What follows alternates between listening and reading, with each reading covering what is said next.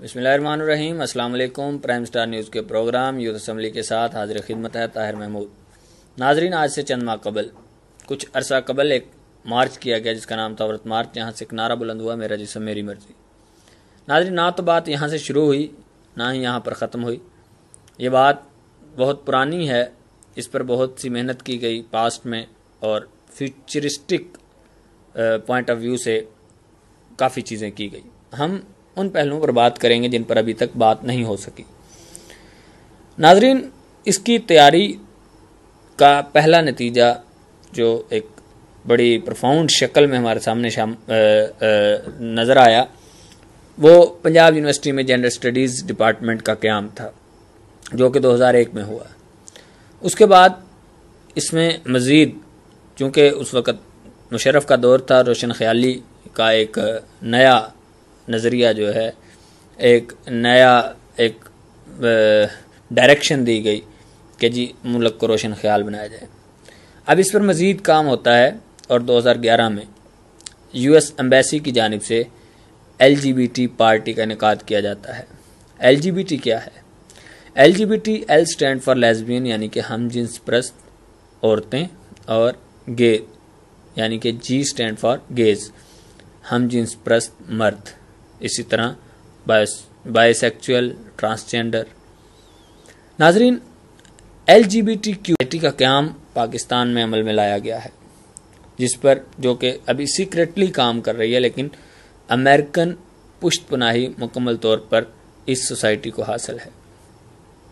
लेकिन सितम ज़रीफ़ी देखिए कि हमारे एजुकेशन के सिलेबस में, CSS के सिलेबस में 2016 में एक सब्जेक्ट इंडक्ट किया गया जेंडर स्टडीज़ के नाम से, जिसमें LGBTQ और इसी तरह क्वीर थ्योरी, इस तरह के बहुत से टॉपिक्स शामिल किए गए। और 2016 में जो नतीजा आया CSS का, उसमें टॉप स्कोरिंग सब्जेक्ट जो था वो जेंडर स्टडीज़ करार पाया, क्योंकि इसको प्रमोट करना था, इसकी जड़ें मजबूत करनी थी, ताकि ज़्यादा से ज़्यादा तुलबा, नौजवान नस्ल इसको पढ़े और इन चीज़ों को ऑन करे और इन चीज़ों को समझे। और इसका ही नतीजा था कि उसके बाद फिर औरत मार्च शुरू हो गए। नाजरीन, अगर हम देखते हैं कि इस सारे एजेंडा को प्रमोट करने में कौन लोग शामिल हैं, हमें पता है कि अमेरिकन एजेंडा है, लेकिन यहाँ से कौन लोग शामिल हैं? वो तमाम लोग जो फ़ौज की मुखालफत में हर वक्त हर जगह पेश होते हैं, वही लोग इस एजेंडा को प्रमोट कर रहे हैं, इसी एजेंडा पर काम कर रहे हैं। नाजरीन, जो CSS के सिलेबस में इसके अंदर 3 केस स्टडीज़ भी शामिल किए गए हैं, जिनको एक सिंबल बनाकर पेश किया गया। इन 3 केस स्टडीज़ की थोड़ी सी हकीकत जान लीजिए।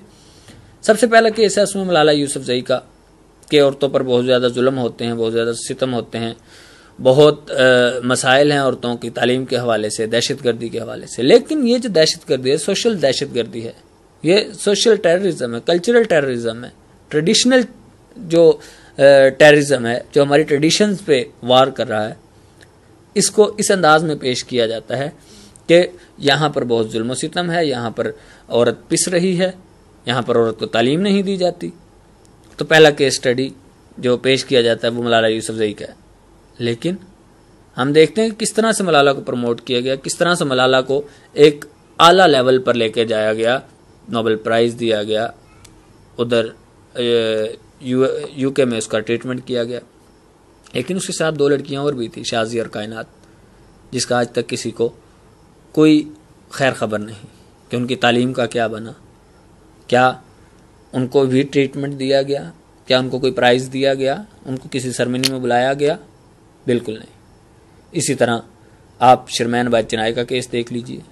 शर्मैन अबाद को 3-4 डॉक्यूमेंट्रीज़ बनाने पर 2-3 ऑस्कर अवार्ड दे दिए गए। क्यों? क्या ख़ास बात थी उन documentaries? Technically failed, flop documentaries थी, लेकिन टॉपिक क्या थे कि उसमें बिल्कुल नहीं। इसी तरह आप शर्मैन अबाद चिनाई का केस देख लीजिए। शर्मैन अबाद को 3-4 डॉक्यूमेंट्रीज़ बनाने पर 2-3 ऑस्कर अवार्ड दे दिए गए। क्यों? क्या खास बात थी उन documentaries? Technically failed, flop documentaries थी, लेकिन टॉपिक क्या थे कि उसमें पाकिस्तानी औरत को मजलूम दिखाया गया था। पाकिस्तानी औरत को दिखाया गया था कि बहुत ही वल्नरेबल है, बहुत ही जकड़ी हुई है, बहुत ही दबाई हुई है। पाकिस्तान का इमेज इस तरह से पेश किया गया था कि यहाँ औरतें बिल्कुल महफूज नहीं हैं। यहाँ तो शायद हर दूसरी या तीसरी औरत पर एसिड थ्रोइंग होती है, यहाँ शायद हर दूसरी या तीसरी औरत के साथ रेप होता है। और फिर तीसरा केस मुख्तार माई का था, उसको भी इंटरनेशनली प्रमोट किया जाता है, इंटरनेशनली उसको अवार्ड्स दिए जाते हैं, लेकिन उसके जिन लोगों पर ये इल्ज़ाम था कि उसके साथ उन्होंने रेप किया, वो सारे के सारे लोग बरी हो जाते हैं। इसलिए आप अपने इर्द गिर्द नज़र रखिए और देखिए कि हमारे सिलेबस में किस तरह की चीज़ें शामिल की जा रही हैं। एलजीबीटी राइट्स, एलजीबीटी के कौन से राइट्स हैं? लेस्बियन के कौन से राइट्स हैं?